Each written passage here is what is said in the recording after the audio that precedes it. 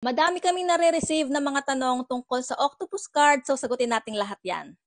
Ito yung octopus card na pwede nyong gamitin sa mga bus, sa train, sa restaurants, even pang shopping kasi halos lahat ng establishments nag-accept na ng octopus card as mode of payment.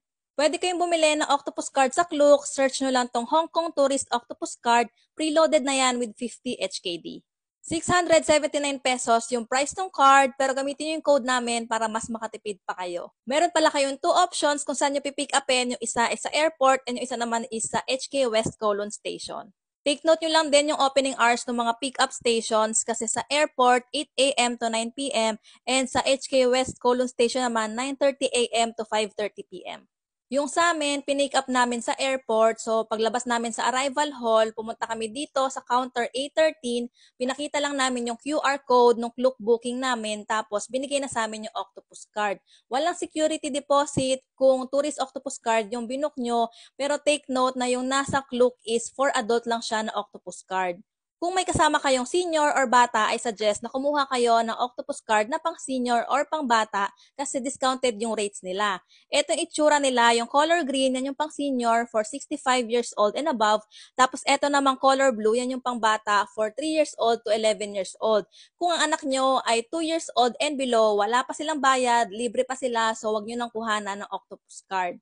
Ayun nga lang, walang ganong option sa Klook, so ang ginawa namin sa airport na kami mismo bumili. Dito sa MTR booth, dyan kami bumili ng octopus card para sa anak namin.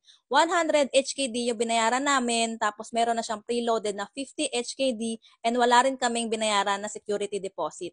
Saan pwede mag-reload ng octopus card? Kami sa mga MTR stations kami nagre-reload, may mga machine na katulad niyan, pero sabi nila pwede rin sa mga convenience stores although hindi namin siya na-try.